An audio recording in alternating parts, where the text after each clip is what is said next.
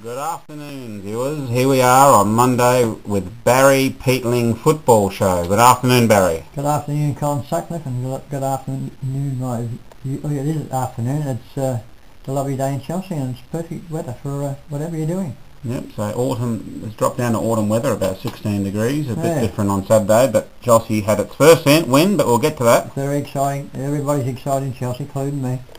So Chelsea had its first win. You also did a little interview, which is on the website. Done that last night. There's a little bit of problem with the in sync, but I hope you can understand what's going on, because it was late at night out of the footy club, and I had a few drinks. So I should have sobered up, but I was all right. It should be all right. So what's your coach? The coach got the interview. What was the coach's name again?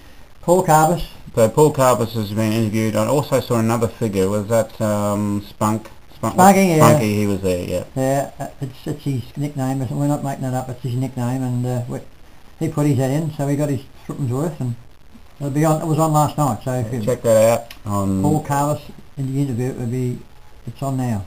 Okay, well, before we get to the game, let's have a look at this going on here. Well, that was back in the early 60s. We played Dimboola up at Dimboola. That was not a bad sort of headline for a young 18 or nearly just 19-year-old fella, and kicked 7 goals that day. And Morgan, we kicked the total score was 14 goals. We kicked 13 of them. Right. Morgan kicked 6 and I kicked 7. So Peatling Morgan Star in Rupp win. There's a picture of you there too. Yeah, a very young little rat bag there. So that was pretty good. That was a good day. Well, when was that? It was not a bad headline. It was my second year there, and 7 goals straight I kicked. 7 goals straight, and it said the best players were Peatling, Marks and Morgan. So Marks, how come Marks is not in the headline? Morris Marks is a very good footballer. He was still not up in Rapenya now, but he was a superstar, Morris Marks. Aboriginal fella. Right, so we've got a Schneider who played for you as well. There's a Schneider played for Dimboola too. Oh, Dimboola, so Schneider played for Dimboola. But there was a Schneider played for Rapenya too. Oh, right. Okay. Any relation to the St Kilda Sydney player, you wonder? Maybe. Who knows? Probably his great-grandfather or something. Possibly, but that was the... 50 years ago, that call. 50 years ago. 50th anniversary you're celebrating. Yeah. And 69 points, so you finished up all over them. I was killed. And that year, Ian Morgan won the goal kicking. I was running up in the goal kicking in 61. Oh, for the comp or...? That record still stands, Colin. I kicked 60 goals that year. As a goal kicking rover, and Ian Morgan kicked 69. I kicked 60 goals, which still is a record. It hasn't been broken by a rover. Fair enough. 50 years, that's a fair sort of record, isn't it? Pretty good record. I was pretty excited about the headline. Very good. Alright, well that was interesting, but let's get into the big game. Langwarrin versus Chelsea down at the Lloyd Park. You had any trouble getting there? Got there quick smart. I got the directions from Colin Sutcliffe, and when I got there I realised we were up to go and all around that, but perfect day and perfect ground. Good ground, the biggest ground I've ever seen. Really big, is it? Smoky was trying to tell me some other ground's big. I said, he reckons Dublin's big. I said, no, this is the biggest ground I've ever seen. From one goal end, the other goal end would be a $20 cap fare. Right.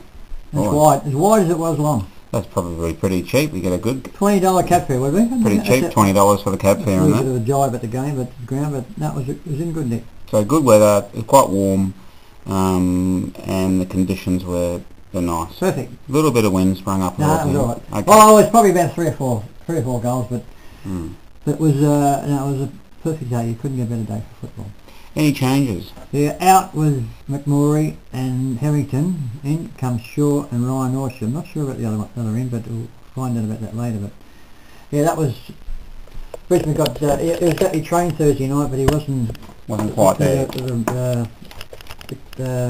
Hamstring and anyway, he wasn't too flat, so he didn't play. But he sort of trained all right, but didn't pull up too well. All right, let's get into the first quarter. Well, first quarter, I don't know too much about the first quarter, but they kicked 6 goals 2 to nothing. So Chelsea scored 0. 0. We were nothing. I didn't realise it till last night how good this win was. But and I was standing next to Graham Denal, the president. I said, "Oh, don't tell me." But anyway, not again. We got the win, and we kicked 4 goals, and I kicked 2. So it was only at half time was 8-5 to 4-5. So Chelsea won the second quarter. No, they didn't. Yeah. Well, they won the second quarter. Well, they kicked 4 goals to 2. But they had to win. It was a 5-goal win, Okay, 5-goal so breeze. But they won the second quarter and they made a small comeback, and you thought, well, okay. it was a pretty good quarter, 4-5, which is 9 shots, and could have been probably 6 or 7 goals. But there was 4 goals. 4 goals behind at half time. Okay, so some sort of a comeback, a little bit of hope, but first half almost forgettable, a little bit Forget forgettable. about the first half. Okay. 6 goals, 2-0, and we never looked like scoring the first quarter, but that's the way it goes. And thank God for the second half, Colin. Well, let's get on to the second half. The third quarter. We got into the game. The third quarter, they had to win. That's right. The winning move was 2-2 in the loose man, the back line. Okay. Of course, I meant to mention Tony Gardner. He played a 4 quarters champion game, but in that third quarter, I reckon he had about 10 or 11 possessions, and of course Tudor took about 8 marks in the third quarter, and that sort of, well, the third quarter was. I didn't get the score for the third quarter, but it was pretty close. It was pretty close. It was maybe a goal in it. A goal, maybe 10 points in it. We did fight back, yeah. It was closer, and it was looking like it was going to be interesting last quarter. There was up. The game was up for grabs at 3/4 time. And we was getting the momentum back, and we held them to about 2 or 3 goals, and we kicked 3. That's right. And of course Greg held Damon to 2 goals. Rory Gregg. He's been coming good, He's played a very good game, Rory Gregg. You're a bit harsh on him early. Well, I'm dead right. I was. He was turning over too much, but he sort of come good. But the whole side in the third quarter lifted the game. That was a very good team effort. Okay, it was pretty close, but they're almost 2 goals behind the start of the last quarter. Now, tell us about the last quarter. Well, they had the wind, and they were, of course, Toddy Gardner, Matty Gardner, and all the back line lifted, and Michael Burke, he went on the forward line, kicked a couple of goals. I mean, they all just lifted about probably 80% in the last quarter. It was pretty nip and tuck. They never got in front till probably about 7 or 8 minutes before the game was over, and then they had a couple of chances to kick a goal at Langmont. They muffed it up. We just finished too strong. We're too powerful, and it was a fantastic effort by the whole side, because I mean, Toddy Gardner is a small fella on the ground. He'd have about 28 possession, Colin. Boy. He's a little mark, but he's going to be going back to Frankston. But I was talking to him over the social club on Saturday night. I said, where would you rather be playing? So I think I'd like to be playing at Chelsea. So because he got another bye in a couple of weeks, Frankston, but he played a magnificent game. All right. Did you have the final scores? Got the final scores with Chelsea of 13-9 to 12-11.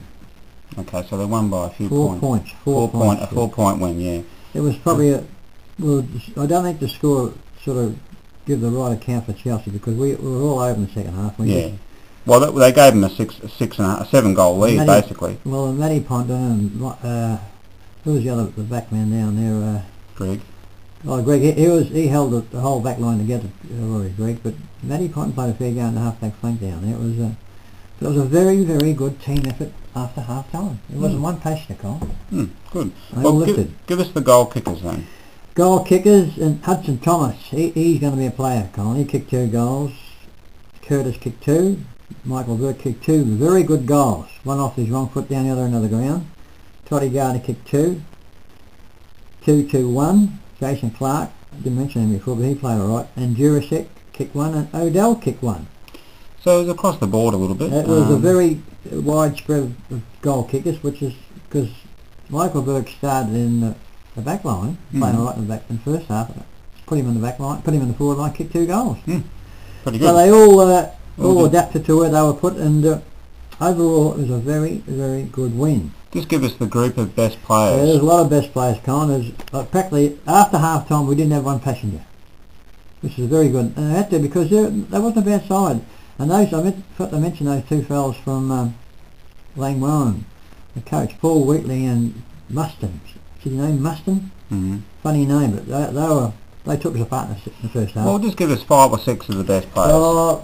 2-2, Rory Gregg, Toddy Gardner, Bradley Clark, the 2 Clarks, Jason Clark, Hudson Thomas, Matty Gardner, Curtis Bywater, Michael Burke. I'll give him no, I didn't. Michael Burke, and Stewie, the captain. Okay, Barry, now give us the votes. Give us one vote.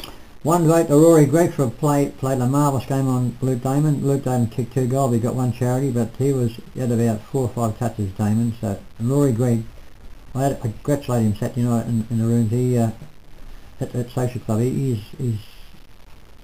very good fullback now. Very good. Very Excellent. Good made the vote. All right, 2 votes. Two votes. 2-2, but that third quarter actually nearly saved the game, I reckon.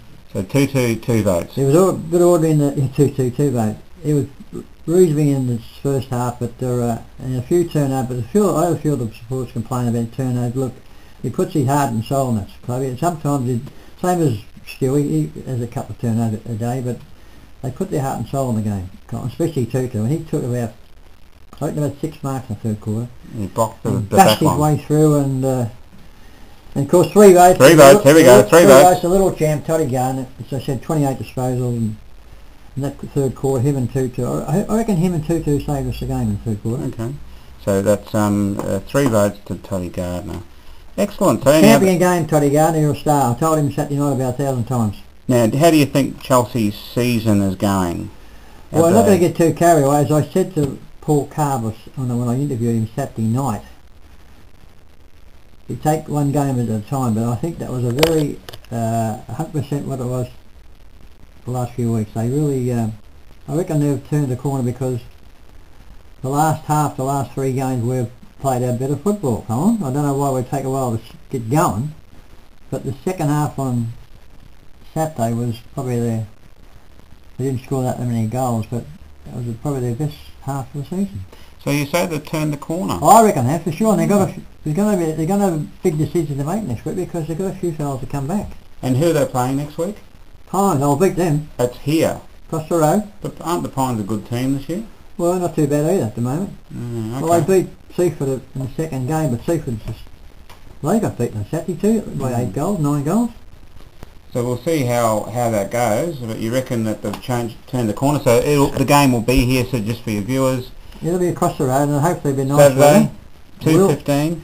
We'll fix up Pines, and I don't know. I think we play YCW after that, but we've just got to take a week at a time, Colin, and hope for the best, and hope for no more injuries, Colin. Yeah. So you'll be live over there, Johnny on the spot, doing the reporting. I'll be there, sort of breathing, hopefully breathing there, and checking us. I'm looking forward to another win. Be in the rooms like you are, and for another win. So we look forward to that, but we just got a few other things we'll talk about, the AFL and the like. Yeah. Okay, Barry, just a few other extra comments on the game. Yeah, I didn't mention it before, but Hudson Thomas in the last quarter too, he's going to be a player, this fella. He can take a big mark. And I was talking. Actually, I was standing next to the coach of the Frankston Dolphins second side. Would you believe? Mm-hmm. Got to tell you that early doors. But I said to him, don't tell the Frankston Football Club that Toddy Garner got best on the ground, for God's sake, because he knows Murasek and Curtis Below, well, they're all Frankston fellas. He was there just to check on how they were going. I said, do me a favour, mate, just don't tell them they played very well, because we want them the rest of the season. He said, oh no, Barry, so I've got to, forgot his name, he introduced himself. But fancy saying next to the Frankston, he introduced himself. But no, they, what was I talking about then? You're talking about the... Hudson Thomas, and who was the other fella? I mean, there was a lot of players that, there wasn't too many players in the second half of the Chelsea Footy Club that didn't play well. They all lifted, and it was a very good performance, and I was very happy about it, and it was very uplifting for the future. Okay, so turn the corner, uplifting for the future. Well done, Chelsea. Very good. Well, what about Richmond Tigers? What about them? I told you they win, didn't they? Yeah, and who are they playing this week? Melbourne or something, aren't they? They'll win by 20 goals next week. And they've got to get the seas. They're in the 8 now. They're in the 8 this time, Colin. Okay, very good. They kicked... I was talking to Jason Clark and Bradley Clark's mother on Saturday. She said, they were 2 goals in front of the quarter time, but they kicked 8 goals in the first quarter. Pretty good. She got to give me a bump there. Yeah. But they won by 7 or 8 goals. So looking good. They've turned the corner. Everyone's turned the corner. It looks like you're going to win the Super Coach as well this week. Yeah, I won the Super. I think I won the Super Coach, but no, it was So Very good win. Richmond are looking If good. they would have lost that game Saturday, Colin. Without Cochin. Yeah. But if they would have lost that game Saturday, they would have been gone, I reckon. Would have been down. So they've won it. You play Melbourne, you get a win this week, and it's all looking like you're in a winning streak. Yeah, well, I've got a bit of a winning streak. Yeah, 3-0-3. All right. Now, just time for a cheerio. Have you got any Cheerios? Well, I must mention. I meant to mention last week. These people over in Taiwan and Latvia and like to send a cheerio because overseas. That's a long way from Chelsea, isn't it? It is pretty long way. Must be. Well, it'd be a fair cab ride, but no. Of course, my little lady, Darling Lanny, she'll be watching this, and little Carla, and they're having the elections up in Mill at the moment. Yeah, that's right. Elections. You have to wait 5 hours to vote over there. Or they might blow you up or something like that. Cheerio when you go for she's got to go and vote shortly, so Okay. see you later, Annie. And no, it's turned out a pretty good weekend for my football sides, Colin, and I'm very happy, little Vegemite. The winning weekend. All right, well, that's goodbye from me. It's goodbye from me. See you next week.